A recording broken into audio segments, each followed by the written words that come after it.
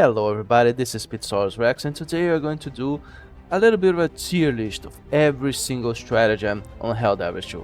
It's gonna be a long list, so you probably wanna get something to drink, something to eat, stretch your legs, and let's get to it. So, at first I was thinking about doing those by going through the exact game order, but it makes a lot more sense to compare guns that are actually comparative to each other, like the machine gun and the stalwart. Both are light machine guns that you can call by using the stratagem system. So let's do this comparison first, okay? Alright, so let's do the MG43 machine gun first. It's a machine gun designed for stationary use. Trades higher power for increased recoil and reduced accuracy.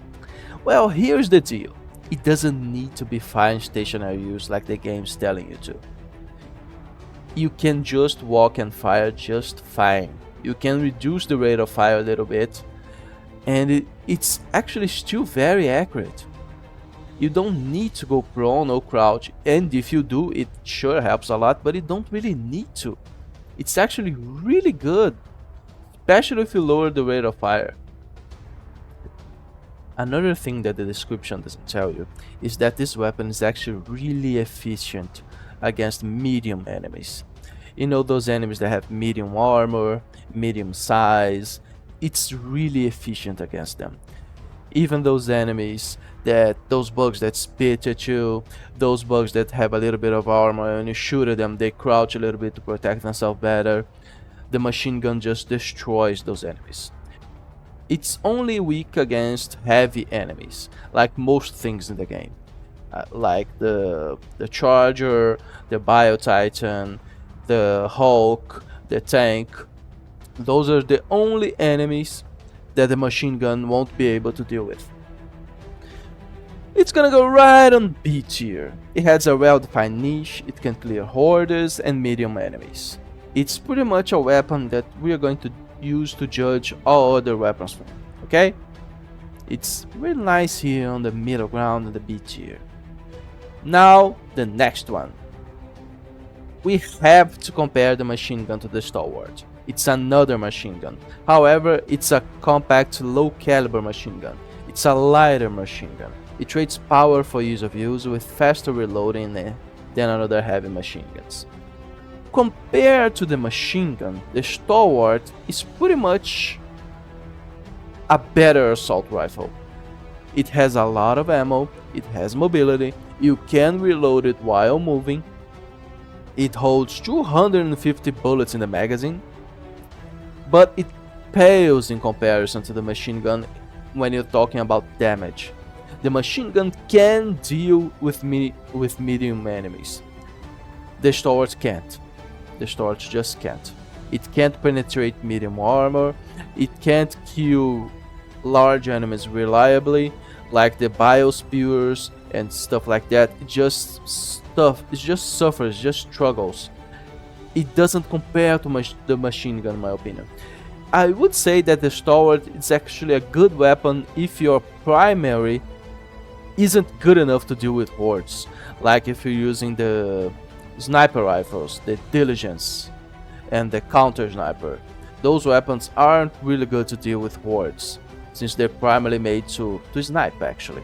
So if you wanna bring a counter sniper and a stalwart to deal with hordes, I would say it's actually not a bad choice. However, I do not think the stalwart is good enough when medium enemies start to appear, and especially not when heavy enemies start to appear. Alright, so the stalwart. It's not as powerful as the machine gun. It can clear hordes, and it's nice to complement a loadout. But when you turn up the difficulties, way too many medium and heavy enemies start to appear.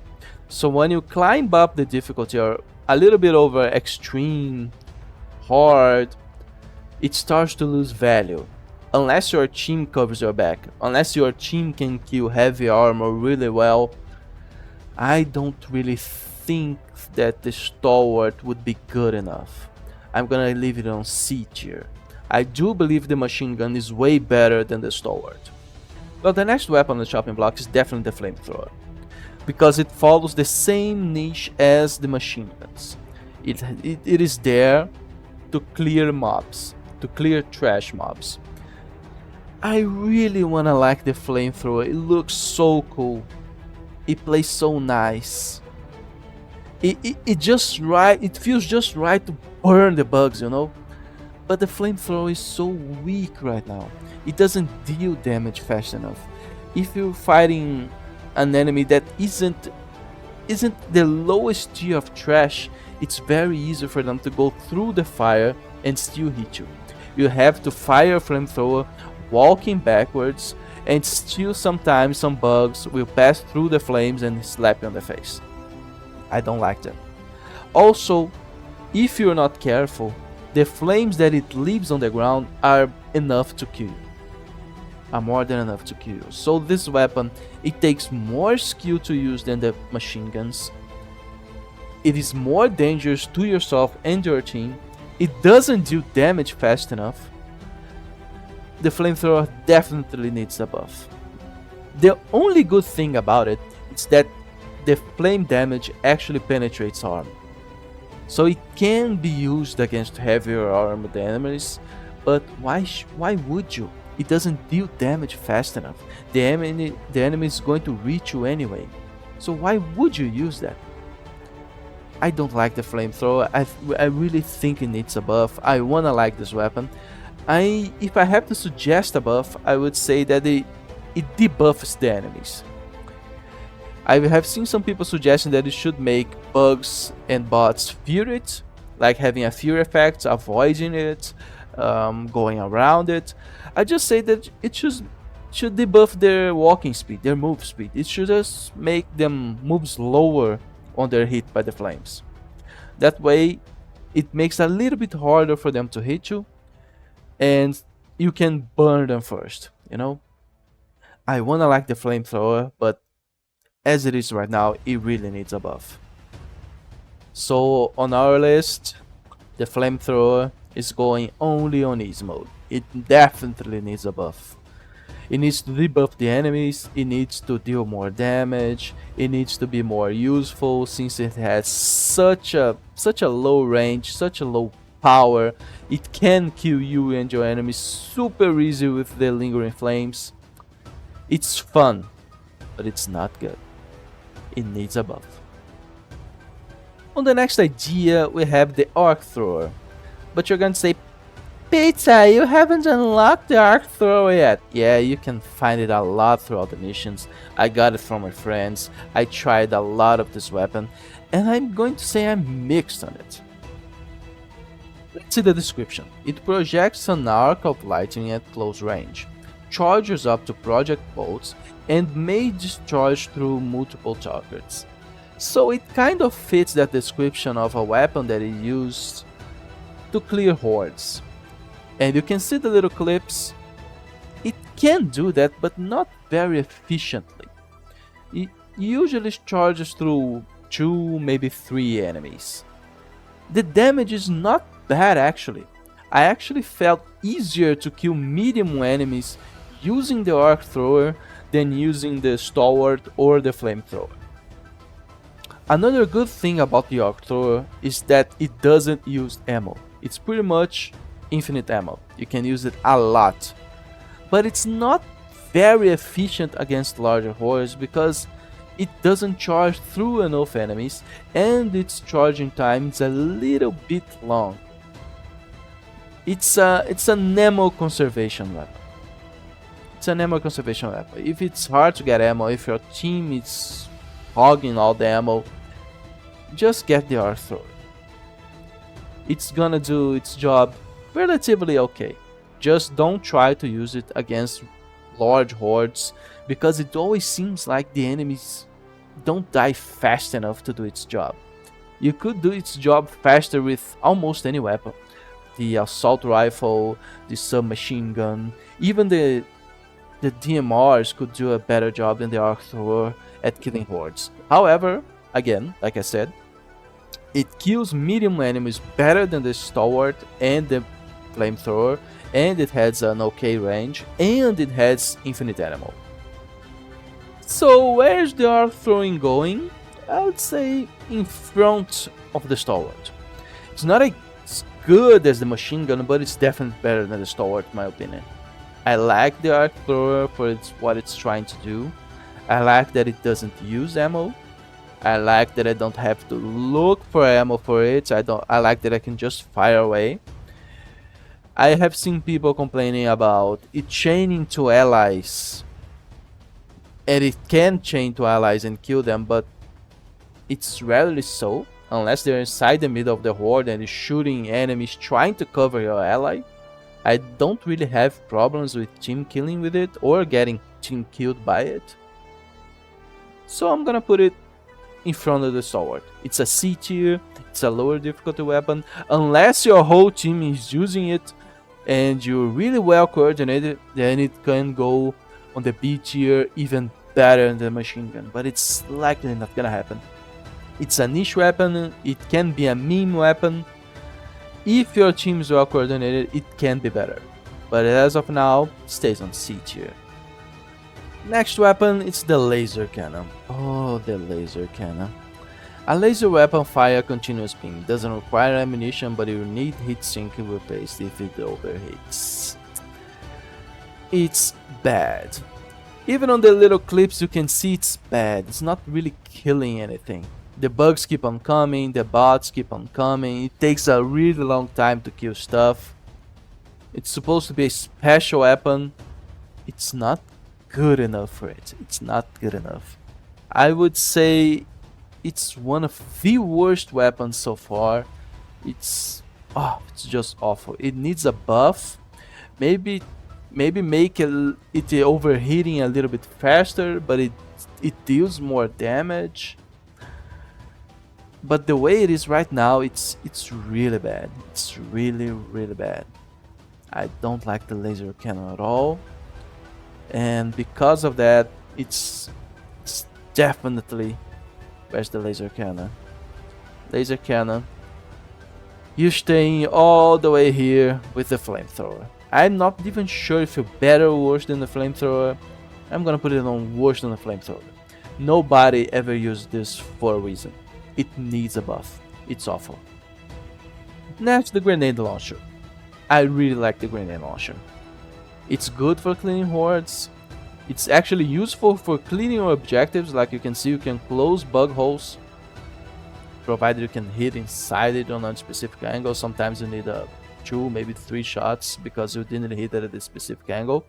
But it's actually really good at closing these bug holes. And as we all know, most of the time we use grenades to close them. And we are very limited on grenades. We only have 4. And if you don't have a team, if you're playing solo, it's quite annoying to replenish grenades. You have to get supplies, you have to find grenades on the field. So if anything, the grenade launcher is actually really good to complete side objectives. Also, it is really good for clearing hordes. It can clear medium enemies in maybe 2-3 shots. It's actually very strong. It only has one drawback. It's that it's really bad against enemies close to you.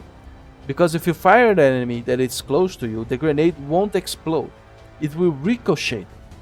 And this ricochet might make the grenade go back to you and explode on your face. So as long as you keep in mind that you need to be at medium range, the grenade launcher is going to rock your world. It's going to clear hordes, it's going to complete objectives, it is strong, it can deal with anything that isn't a heavy enemy. It's an amazing weapon, I really like it. Alright, so our dear little grenade launcher. Where is it going to be? I'm gonna have to put it on the S tier, the super stratagem tier. It is not good for killing heavy enemies. And we all know on the harder difficulties there are way too many heavy enemies. But this weapon is actually really good at killing most of things in the game. Most medium enemies, lower tier trash, it can kill a bunch of the time. It can complete a bunch of objectives, like exploding a bunch of eggs at once. It can close bug holes. It can kill bot fabricators. It's amazing. If your team knows that you're carrying one, you can complete most objectives that require destroying something by yourself. It's going to save them grenades, it's going to save resupplies, it's going to save resources. It's a really good weapon if your team can play around it. Or if you're solo and you're playing a mission that you have to destroy bug holes or fabricators, it's going to save you a lot of ammo and grenades. I really like this weapon, it deserves the Super Stratagem tier. Our first S tier! Haha! Alright, so next is the anti-material rifle. It's pretty much a heavy sniper.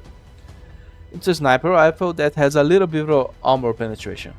It's kind of there to deal with medium enemies. It can deal with them, it's not as good as some of the other weapons, but provided that you keep your distance, it's actually very effective. Especially against bots. It's really effective against the bots. I like this sniper rifle.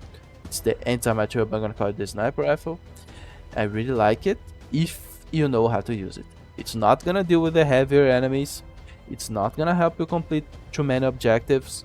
But if you keep your distance and you play with a team, you can actually have some really fun stealth-like sections. I like it for what it's supposed to do.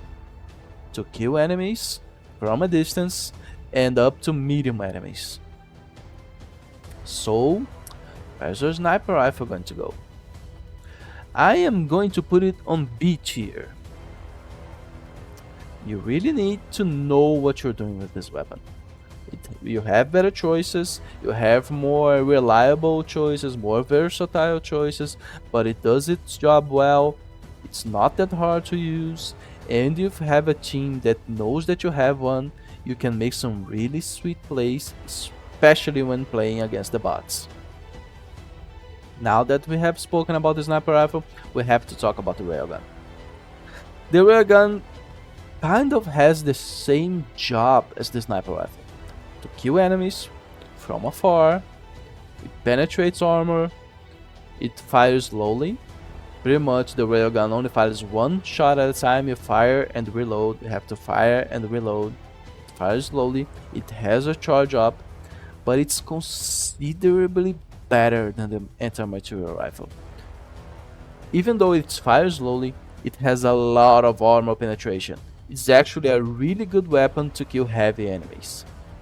Some people even use it to kill bio-titans, to kill chargers. It's actually a very viable strategy to kill a charger. You break off parts of armor, especially the front legs, and then you shoot the exposed wound. It deals a lot more damage to fire at the part that the armor has been broken by the shot, to fire at the exposed leg, than to fire at its tail, that it seemingly has no armor. It's very effective to break an enemy's armor and to fire at the wound that you created. The railgun is really good to breaking armor, and it's completely, and in my opinion, it makes the anti-material rifle obsolete. You have no real reason to use the anti-material rifle after you unlock the railgun. However, the railgun has a little bit of a skill floor, because to be this good, it has two fire modes, safe and unsafe. As you can see in the little clip, the Helldivers make their heads explode because they're firing the unsafe mode. You charge the weapon, for the longer you charge, the stronger your shot gets, but after it crosses a certain threshold, the weapon explodes in your hands. So you have to be aware, if you're using the unsafe mode, which is the stronger mode, you have to be very careful to not forget that you're firing a shot. You hold the trigger, you're not getting the shot, just let it go, otherwise you're going to explode on your face. So where's our railgun going to? All the way up to the Super Stratagem tier. I think it's better than the grenade launcher because it can kill pretty much everything. It's not good for killing hordes, but you know, most trash enemies can be killed with just about anything. Just anything, so you don't really need it. It has a niche that it's killing stronger enemies. It does that well. If you have a team that knows how to use it, it's going to make pretty much everything a joke. It's very strong, very effective, it's very easy to use, very satisfying. It can't clear objectives like the grenade launcher can, but it can kill everything. It's really good. Oh, my beloved. The 817. The Edict. The expandable anti-tank. A single-use weapon specialized for damaging vehicle armor, discarded after every use.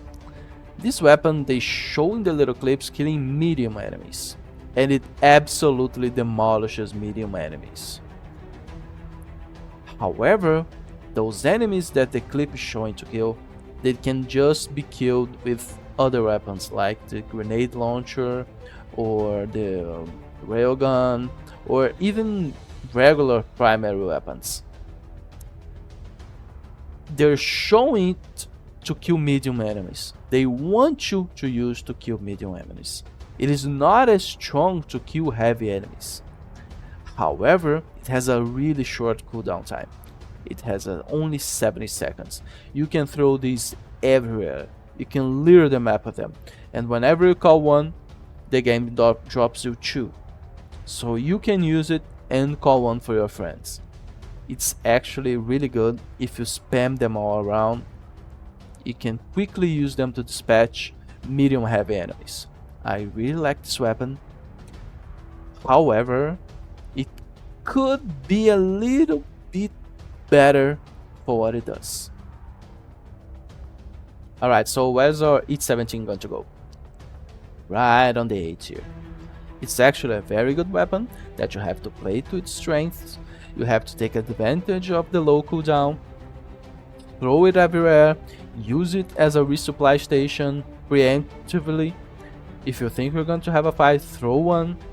If you think the fight's going to be long enough, throw another one. If you have friends that also bring it, throw it everywhere.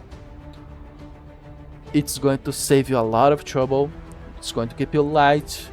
You're not going to need another friend to reload your back. But it's actually really good, but we have better choices. I really like the expandable anti-tank. I wish the damage was a little bit better, but it works just fine. It can kill everything. It's very useful. You can call it whenever. It's very good and I love it. Alright everybody, now we're going to have the 3 team reloading weapons, which are the autocannon, the recoilless rifle, and the spear. The way the game wants to treat them is that the autocannon is better used against lighter armored enemies, the recoilless rifle is used against heavy enemies, and the spear is better used against super heavy enemies. They're not actually that different, except for the autocannon that doesn't do much against heavy enemies. You have to shoot them a lot and on specific ports, but they're actually all really good. The problem with the spear is that it needs to lock on the enemy, and sometimes the lock on is kind of a little bit buggy. And the recoilless rifle is actually really good against everything you can throw at it. And the biggest problem against those weapons is that unless you have a friend that gets the ammo backpack to reload when you're firing, or the other way around, you are reloading an enemy, you can reload yourself the weapon, but it takes a little too long. You have to stop, crouch and reload, and it takes quite a while.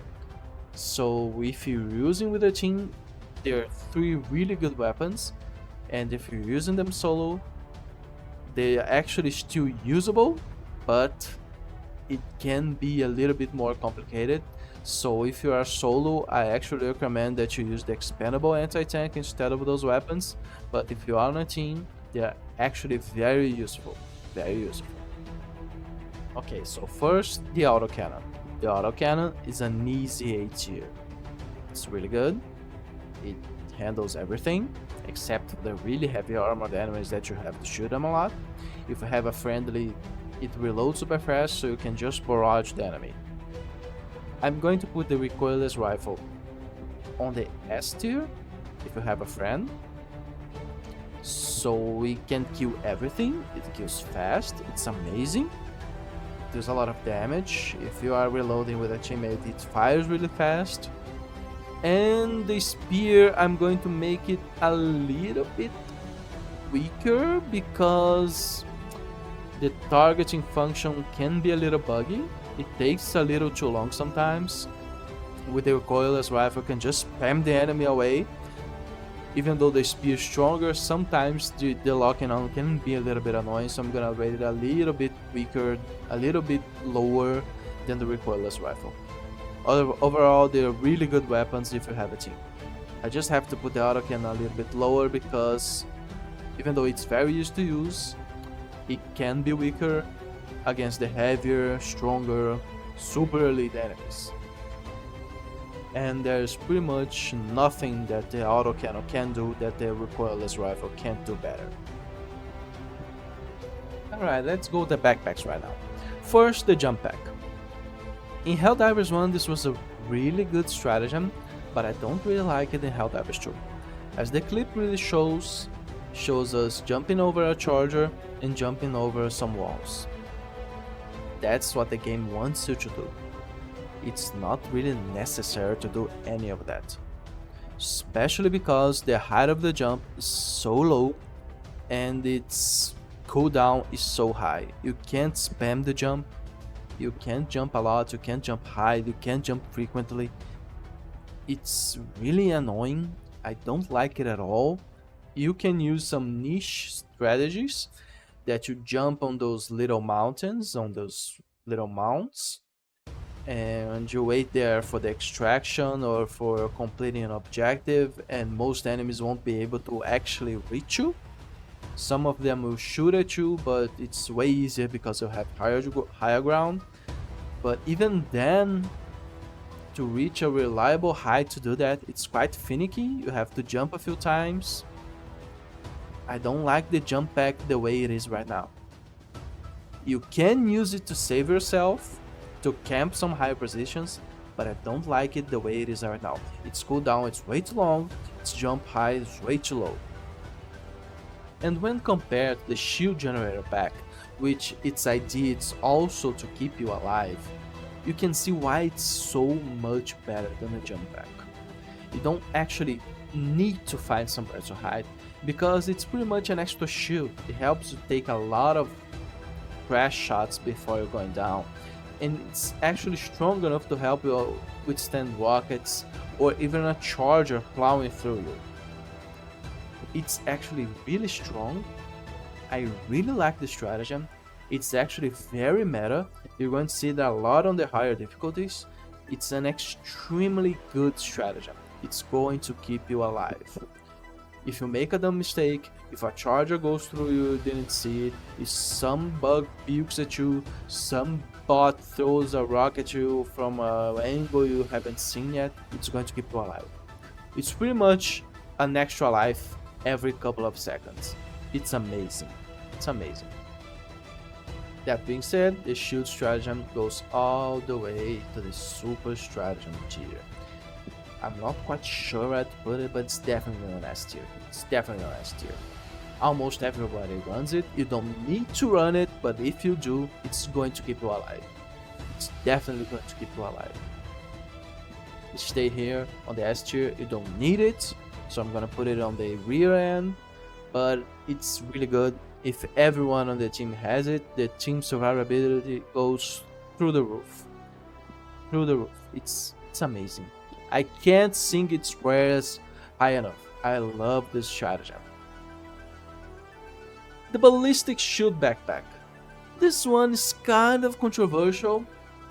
You can put a shield in front of you like a riot shield. It can tank a lot of shots. The enemies will most of the time hit the shots unless they are flanking you or using explosives. The problem is the sidearms aren't really powerful. The pistol, the one-handed submachine gun, the revolver, they aren't that useful. And the shield isn't actually that powerful when you're getting swarmed. It isn't that powerful. I would say that the shield generator pack is actually more useful if you are on the move You get a couple of shots and take cover, then you put the shield on your face and charge at the enemy. It's never a good idea. It can be used in some niche situations, but it's very hard to use. It's especially harder to use if you have a teammate. When you are being swarmed, the enemies come from so many directions that this tiny shield on your face doesn't really help you at all. Alright, so the ballistic shield backpack, it's fun, it's interesting, but as of now I don't feel like this has any real usability in the game. It's weak, it's weird, it's hard to use, it needs some kind of buff. Maybe some synergies with heavy armor, which are not working right now. Armor ratings are not working right now at all.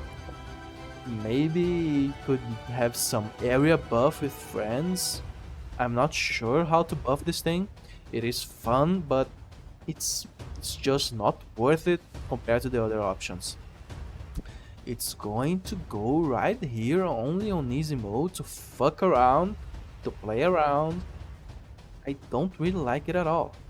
I really don't. It definitely has some niche. I could see some people getting some aggro from enemies and kiting them, but the way the enemies surround you and swarm you, they're going to quickly kill you anyway. Yeah, I don't think this is worth it. I don't think this is worth it. It's on the bottom tier. I must say, it's really cool and I love the idea. And fucking around with it, it's really fun. Really fun, but not good. Oh, the supply pack is one of those stratagems that is really good when you're working together with a team. It's really good for resupplying your team. You're pretty much a moving resupplying station. If your resupply beacon is on cooldown, you can work just like that. You go, give your friends ammo. If you need ammo for yourself, you can also get the ammo from your back. It's very useful. It's very easy to use. You don't really need much communication. Some solo players actually really like this stratagem for themselves. So I'm gonna have to say it's actually a really good one. The more you're communicating with your team, the better this stratagem gets. And like I said, some solo players swear by it. I'm going to put this right on A tier. It's really strong, it's really useful, it's great with a team, it's very good solo, but I feel like you have better choices. You can find a lot of ammo on the map. If your team is well coordinated and not stealing ammo, the resupply stratagem is enough, but that doesn't take the value that this stratagem has. It's really good, it's going on A tier. Help your friends, and of course help yourself. Just don't be a prick and steal all the ammo for yourself. Now the guard dogs. The guard dogs is pretty much a backpack that you put on yourself, and the little drone gets a weapon and covers your back. I'm gonna review guard dog and guard dog rover at the same time because they're very similar. Very similar. Pretty much the only difference between them is that the guard dog uses a Liberator assault rifle and the guard dog rover uses a laser rifle.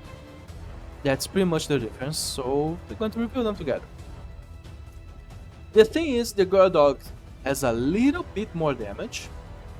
It kills enemies a little bit faster because the Liberator is stronger. However, the rover has a lot more uptime. It doesn't need to reload as much, only when it needs to cool down. So the guard dog fires a little bit and has to reload, and the rover can just stay there way long. They're pretty much the same thing, but everybody seems to like the rover a little bit better because it needs to reload less, so it has a better uptime. They're both good stratagems if you're playing solo. I actually like this kind of equipment when I'm playing other games like this. I like turrets, I like pets, I like stuff like that, and they actually have this feel. of a turret and a pet. They're good. They can cover your back, they can kill weak enemies.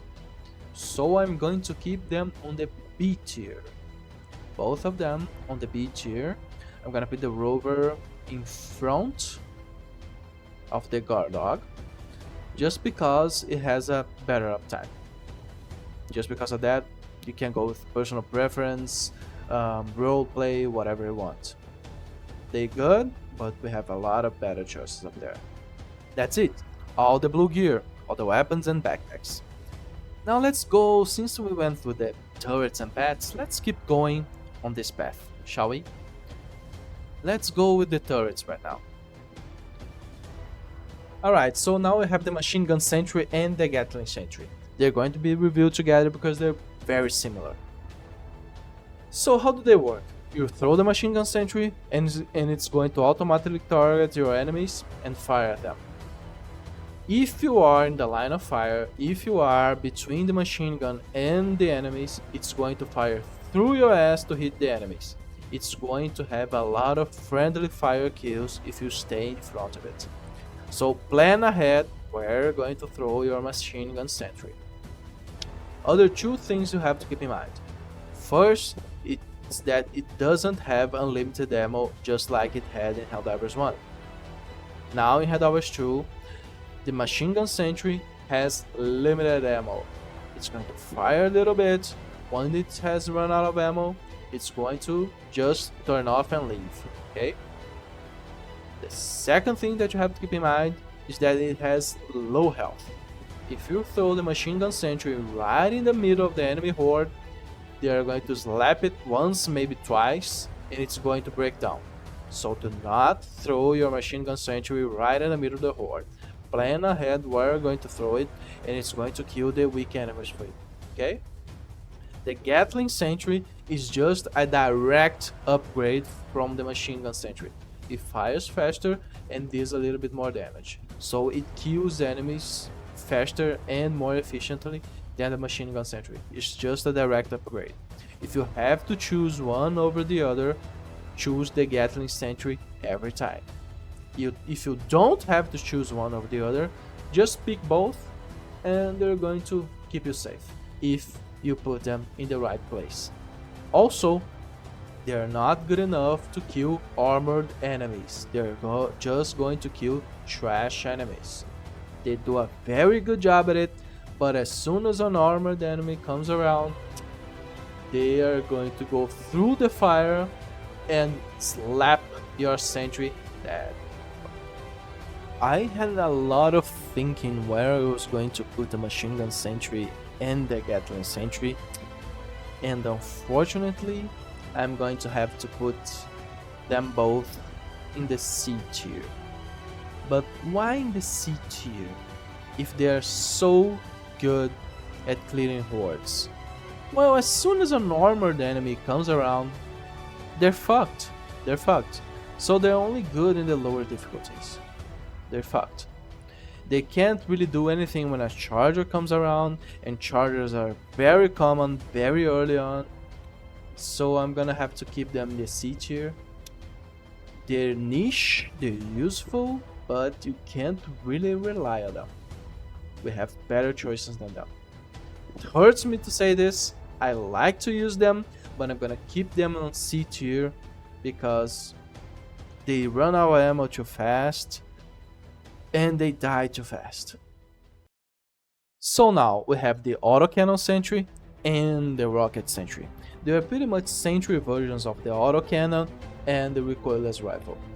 You put them down, they are going to hunt down and kill heavy armored enemies. The autocannon fires a little bit faster but doesn't deal as much damage, and the rocket sentry fires a little bit slower but deals a lot more damage, just like those personal weapons. You have to keep in mind where you're going to put them, because just like the other two sentries, the machine gun and the Gatling, they have very low health and they can be destroyed really fast. So plan ahead and they're going to keep you safe. Alright, so the mortar sentry. A turret firing powerful shells in a high arc, effective at long ranges and able to strike at targets behind cover. It does exactly that. It shows the Helldiver outside the outpost, firing shells through them over the high walls. That's a good weapon to do that. However, it's even better for defense missions. You put them right in the center and take cover close to them. Otherwise, you're going to get team kill. If your friendlies do not know that you have a mortar sentry, they will get team kill. When you put down a mortar sentry, you have to stay close to it, otherwise you are going to get team killed. It's very powerful, but you need to communicate with your teammates to stay close to it. Otherwise, it's deadlier than the enemies, okay? What about the electromagnetic mortar sentry? It's the same thing, but instead of exploding and killing, it uses a debuff that makes enemies and allies move a lot slower. It's crowd control. If you use both sentries together, the mortar sentry and the electromagnetic mortar sentry, you're going to get a very easy defense mission where enemies are either going to die right away or they're going to get crowd controlled a lot and then die right away. They're very powerful. I really like them. So, both mortar sentries are going on the top of the A list. Why are they not on S? Simply because they're very specific in their use.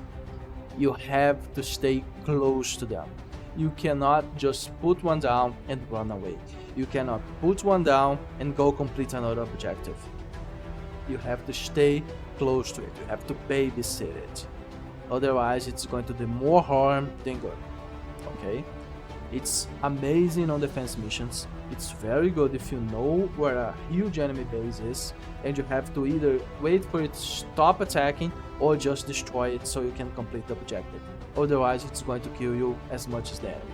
It's very good, it's very strong, it needs planning more than any other sentry. It needs planning. Since I just spoke about the electromagnetic mortar strike, I have to talk about its counterpart, the orbital electromagnetic strike. As you can see, it's just an orbital strike with the same crowd control too. It is amazing for keeping enemies away from you. They will stop charging in your direction, even large enemies like the chargers. It doesn't kill the enemies, but it is amazing at keeping you safe. Amazing.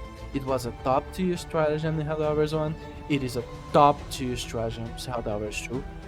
Sometimes you don't need to kill the enemy, you just need a few seconds. And this will get you your seconds. You have time to complete an objective, to run away, to reposition. It is great. You can also use this to hold the enemies in place while you call another stratagem to kill them all. It is very good. It is great in a team. Just be careful. This will also work on teammates. If you stand in the field, you're gonna get slowed like hell. Do not go inside it. Okay? It is very good. The orbital EMS strike has a short cooldown. You can call it whenever. You can be on the move, so it's going all the way to the S tier.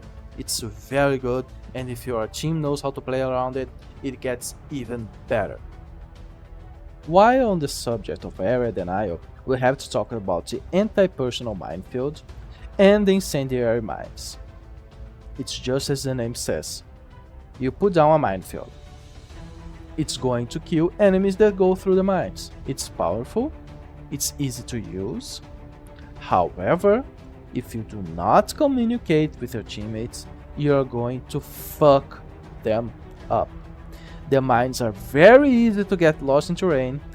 Like the video is showing, they get buried a little bit, especially in areas with sand or snow. It's going to be very difficult to find them. So you're going to get a lot of team kills if you do not communicate properly with your team where the minefield is. And if you do that in the wrong place at the wrong time, you're pretty much gonna fail the mission. I'm not gonna say stories of how my team fucked up doing this to avoid griefers, but oh boy, be careful.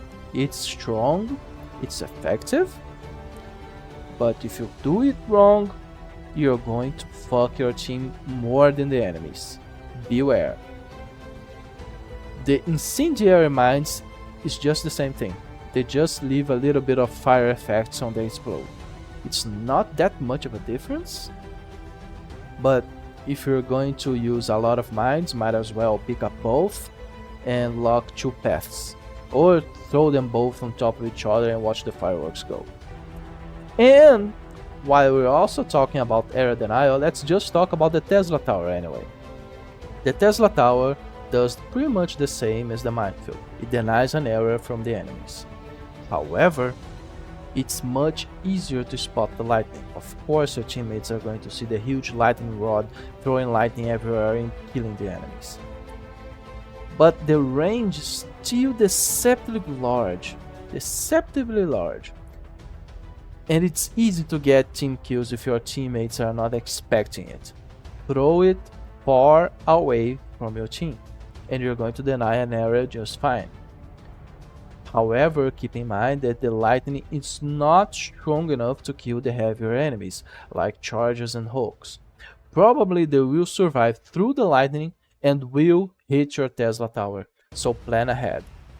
Do not throw it right in the middle of the hordes, just like the other sentries. Even though it hits on a 360-degree area around it, it has a little cooldown between firing. And during this cooldown, the enemies will find enough time to hit it and destroy it. I'm going to put the mines on B tier. Why on B tier? They're actually really good to stop enemies to reach you. However, if you're not extra careful, they're very hard to use and you might box yourself in, ruin objective, waste way too many lives from your friends. You have to communicate. It's very complicated to use a minefield properly. And they're just stationary, you can't take them with you. They're good on some kinds of missions like defending missions, but other than that, you really have to plan ahead. They're hard to use. They're effective but hard, so you want to keep them on B tier. And Tesla Tower just like them, but it's going on A tier, simply because it's a little bit easier to use. It's a little bit easier to see. If you manage to lock yourself with a minefield, you're fucked. You have to find all the mines before you can move forward. But with the Tesla Tower, you can just stay prone and you're gonna be safe, no matter what. And you go prone and you shoot the Tesla Tower, great, you fix the problem. But now with a minefield, if a friend throws a minefield on top of you, you're properly fucked. Especially if the ground is sand or snow. So it's good, but it requires a lot of care and a lot of communication and planning. Now for the heavy machine gun placement. It is very good, it is very powerful, it's pretty much like a sentry, but you control. It's great for mowing down enemies, for locking down an area. However, like many other things, it will not deal with harder, heavier enemies, and it's locking you down in a position.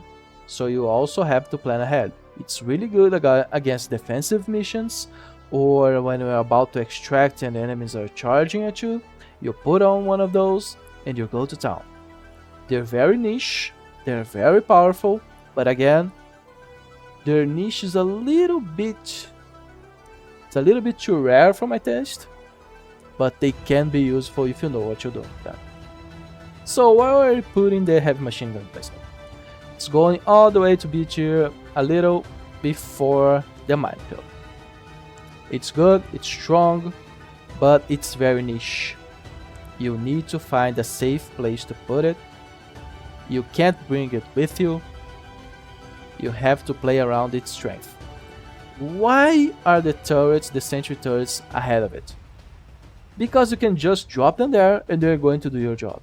With the heavy machine gun placement, you have to control it all the time.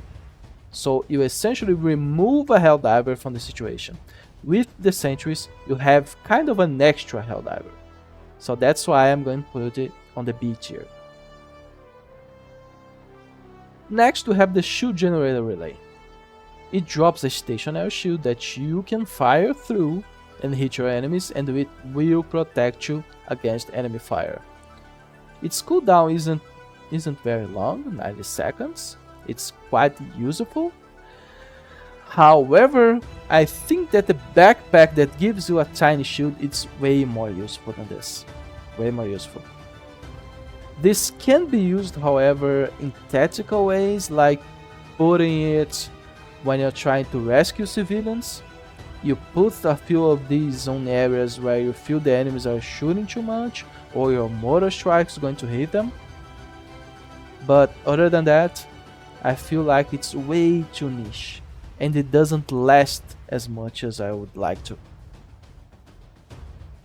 Even though you can fire through it, you cannot be shot through it. I'm going to put this on the B tier as well. It's very niche, it can be strong, but its niche is a little bit too rare to see.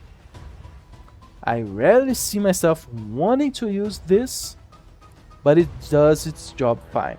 I just don't wanna use it too much. I don't feel like I need it so much. That's why it's staying on the B tier. And another reason is why the shield loses its value. It's because the Eagle Smoke Strike and the Orbital Smoke Strike. When you drop the Smoke Strike, you block the enemy's line of vision to you. So they pretty much either stop firing or they stop at least hitting you. The Smoke Strike is really good against bots. They will calm the fuck down a little bit. You may of course take damage, but it's very effective. You can use it on the move, and it's going to do pretty much the same job as the shield. However, it seems a little bit easier to use. So where are you going to put the smoke screens? They are going on the bottom of A tier. Pretty much because they do whatever the shield does, but you can use them on the move. They're easier to use. They're also only useful against the bots, and they're niche. And everything else, I don't really never feel the need to use them, but they are useful and they are easier to use than the shield. At least I feel like I have a lot more value from the smoke screens than the shield. It's easier for you to drop a smoke screen and run away or complete an objective, where if you drop the shield, you have to stay with your butt inside the shield, otherwise it's useless. Okay? Alright, so now the Napalm Strike. You call a few bombs, they explode, and they leave fire behind. It's not that good. Just like I talked about the flamethrower, flame damage in this game is not so good. It's actually very weak. It can pass through armor, but the damage is very low. It's good for killing teammates, but not so much bugs and bots. I do not like the Napalm Strike. It is not strong enough for killing medium and heavy enemies, and you have way better options for dealing with trash enemies and medium enemies. I do not like the Napalm Strike as an area denial, as an enemy clearing tool, or whatever. We have a lot of better tools to dealing with that. Just like the Orbital Gas Strike, which is pretty much the same thing. However, instead of fire, there's poison that keeps lingering in the air a little bit. It kills trash mobs, it kills medium-sized enemies, however not as fast as you'd like. It's harder to see the poison range sometimes when compared to fire, so I'd say it's easier to kill your teammates using the Orbital Gas Strike compared to the Napalm, and so I don't like either of them. You could do their jobs way better with a bunch of things. Alright, so the Napalm and the gas. I love the memes about Napalm, the Space Vietnam, and whatever, but they suck. They need a buff.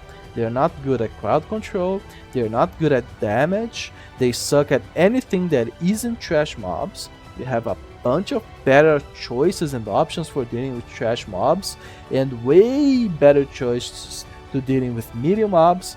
So these guys are going on, on only easy mode. They're fun to look at, they have high meme potential, but yeah, they really need a buff. Alright, so the Orbital Precision Strike. A single precision shot from the destroyer's Atlas cannons. It fires a single explosive shot where you launch your stratagem beacon. The game wants you to use this to kill medium-sized enemies. However, it sucks to do that, especially if the enemies are chasing you, because it has a 3-second calling time, and that's a lot when enemies are chasing you. It has a 100 seconds cooldown time in case you miss it, in case you need to use it again.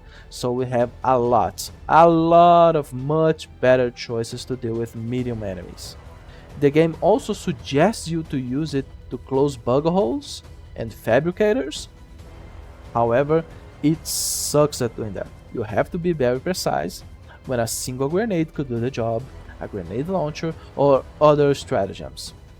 Its cooldown is way too long, its precision, its range is way too short, its damage is not good enough. The orbital precision strike is very bad. It's one of the first things you unlock in the game, and even so, I believe it needs a buff. That being said, the orbital precision strike goes right here, only on easy mode. Only on easy mode. As soon as you unlock any of the others, they are way better than this. A single grenade could do its job. A grenade launcher could do its job way easier, way more efficiently, way more often, way cheaper. It's not good. Alright, so the other, Orbital Gatling Barrage. This one is actually good for killing trash mobs. It's actually quite good. The calling time is really short, 1 second. The cooldown time is still a little bit too high, but it's very good for killing trash mobs. It lasts for a little bit, it doesn't miss too much, it's actually quite efficient. I prefer the Eagle Strafing Run. It's faster, it has no calling time, 0 seconds, it has 8 seconds cooldown time, so you can almost spam it, since you can only use it 3 times before you actually have to reload. And reloading the Eagle takes a couple of minutes. But I really like the Eagle Strafing Run when compared to the Orbital Gatling Barrage, though they follow the same niche. The Orbital Airburst Strike, it fires about 3 times, healing most trash mobs and damaging medium enemies. It's not bad. I prefer it to the Gatling Barrage. The calling time is only 1 second, it's really nice. The cooldown time, for what it does, I believe it's a little bit too high. 120 seconds, a little bit too high. But it does its job fine, killing trash stuff, hurting a medium enemy. I quite like it if I am playing on the lower difficulties. However, it is mostly overshadowed by the Eagle Airstrike, which is also very fast. It kills a bunch of trash mobs really quick. It has a low cooldown time, and it's even more overshadowed by the Eagle Cluster Bomb, which is the same thing but has a little bit more range, a little bit more power. They're faster and easier to use. The problem with the Eagle is that after you have a couple of uses, the Eagle has to go back to base to refill and rearm. It takes a little bit longer, it takes a couple of minutes. So if you are on the roll of killing trash mobs and you are going to use these stratagems, I suggest that you bring 1 orbital and 1 eagle. So you have time to use your eagle, and while the eagle is rearming, you have maybe time to use 1, maybe 2 orbital strikes, okay? Then you go back to the eagle. The eagle is better in emergency situations, and the orbitals are better if you plan ahead a little bit better. Alright, so the Gatling Barrage goes on C tier.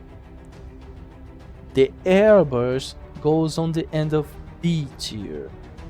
The Strafing Run, I'd say the Strafing Run also stays on C tier, because it's mostly useful on lower difficulties. The Cluster Bombs and the Airstrike go on B tier, because they can be used in a pinch.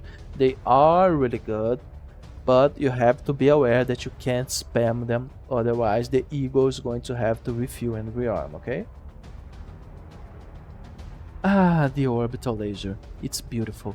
It can kill a bunch of enemies. In this little propaganda video, you can even see it killing a charger. You can see it killing a charger over here. It takes a little bit, but it does heavily damages them. It can hold off enemies for quite a while. It is strong. It's effective. It's very easy to see where it is, so we don't have many friendly fire casualties. I really like this weapon. I really like this stratagem. However, it's fast. It has a 1 second calling time. However, it only has 3 uses and it has a 300-second cooldown time. It's good. It's very good, but you cannot rely on it all the time.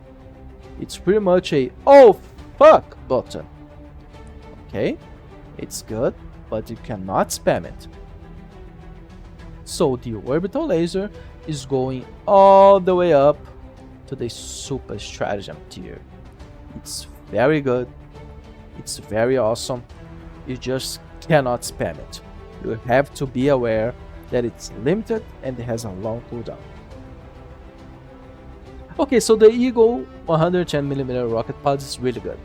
A barrage of rocket pods, which the Eagle pilot will release on the largest target near the stratagem beacon. And this is awesome. Even if you miss the largest enemy, the missiles will hit the largest enemy close to the beacon. Even if they are moving a little bit and there are a bunch of trash mobs around it, it will always aim on the largest enemy close to the beacon. This is great. And it always has this little bit of an area effect that can kill the little enemies close to it too. You may even damage a lot of a charger and a little bit of the charger close to it. It's a very good stratagem. It's great against heavier enemies.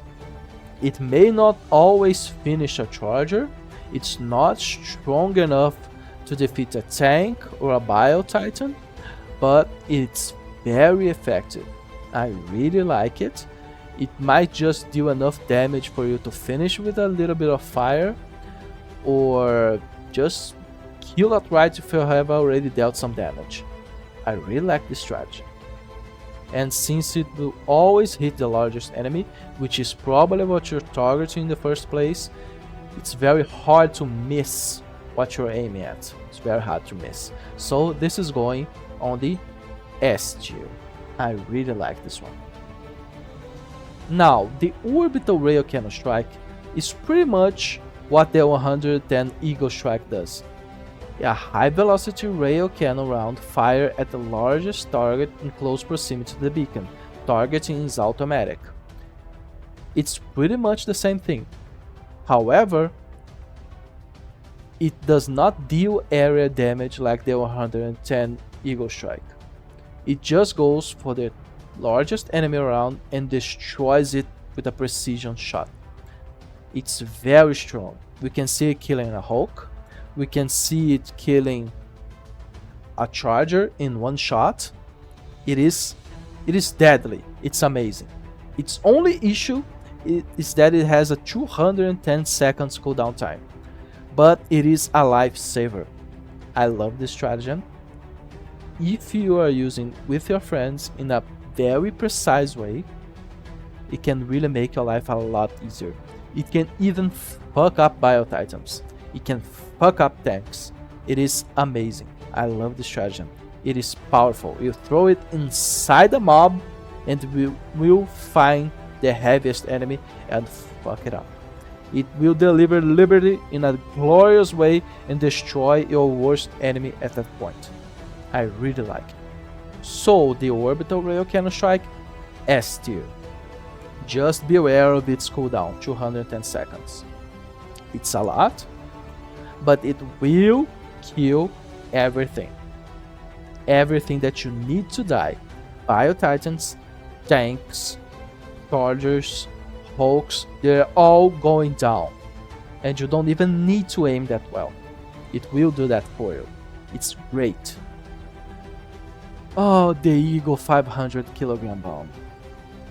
For my American friends, this means a half a ton bomb. It kills almost everything. Almost everything. It's very powerful. It will destroy everything on its path. It just has one problem. You have to be careful when you launch it.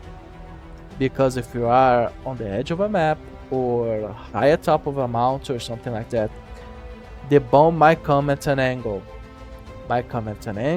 And it might hit the mount where you are instead of the enemy. There are many clips on the internet about that, on TikTok, on YouTube, people getting fucked by their own 500 kilogram bombs. So beware where you launch them. Beware. Okay? Be far away. It is very strong. It is very useful. It is fast. It has a 0 time calling time. It is just amazing. It will do the job. It will do the job that you require it to. It's just great. Just great. I love this thing. Everyone loves this thing. I feel the need to salute it every time I use it. It's pretty much a mini nuke. What can I say? It has its own tier, the Liberty tier. It's amazing. Use the 500 kilogram bomb. It's just that good. Alright, so we have the final stratagems. The Orbital Walking Barrage. A linear artillery barrage which moves at intervals, driving the enemy out of cover while allowing an advance. This is so situational, so weird to use, so unreliable, you can never be really sure where the artillery will hit. You cannot rely on this whatsoever. It's very random. It's awful. It's awful. It's awful. It's absolutely awful. If you're not really paying attention to it, you will get hit even if you feel like you are in a safe range, which the idea is for you to use this and advance. You shouldn't really use this and advance. It might just kill you anyway. And then we have the Orbital 120mm and the Orbital 380mm barrage. This says that it's a precision artillery salvo over a small area, perfect for taking out concentrated enemy units. This is the worst piece of crap in this game. This stratagem is awful. It is not a precision salvo. It does not hit the enemies. It is very random. It does not fire constantly. It is just great for killing your teammates. It seems to always want to hit your teammates. And the Orbital 380 barrage, like the game wants you to believe that it's used on an enemy base and it will destroy the base. It does not work like that. You don't have the strength to throw the stratagem that far anyways. It's unreliable. The enemies are likely to leave the area and kill you before they get killed. But like the 110 barrage, the 120 barrage, it's great for team killing. These 3 stratagems are the worst stratagems in the game. They need a rework as of now. They are awful. Awful. They are great for killing your teammates. They are awful for killing your enemies. I have done several tests with them. I have stayed in the center of the barrage and thought it would hit around me. It did not. It did hit where I was. I threw considerably in front of where I was. And as you can see right in the beginning of the trailer, it hit very close to the Helldiver. It will hit your ass. The 380 is not reliable enough to do this. And like I said, you don't have the strength to throw a stratagem this far. The damage isn't good enough. It's just awful. It's just awful. Avoid these 3 stratagems. They need a complete rework, a buff. They need an exorcist. They need everything. They need to go to a freedom camp. Those 3 stratagems are all going into the treason, traitor level. Do not use them until they get reworked. If you use them, you are not sandbagging your team, you are not trolling, you are a traitor. Do not use those 3 stratagems. They are awful. Thank you for watching the video. If you liked the video, please click on like, let me know that you enjoyed it so I can keep on making videos like this. I can keep on getting better and learning more how to make videos more entertaining. I love Helldivers. This has been my opinions about the stratagems. If you don't agree with me, please leave on the comments saying why you don't agree, which position you don't agree, why I suck and don't know about something. I also stream almost daily on Twitch. I play Helldivers, I play all kinds of shooters, board shooters, roguelites, action games, RPGs. I play a little bit of everything. I'm looking forward to see you there if you enjoy my content, and I'll see you next time. Thank you.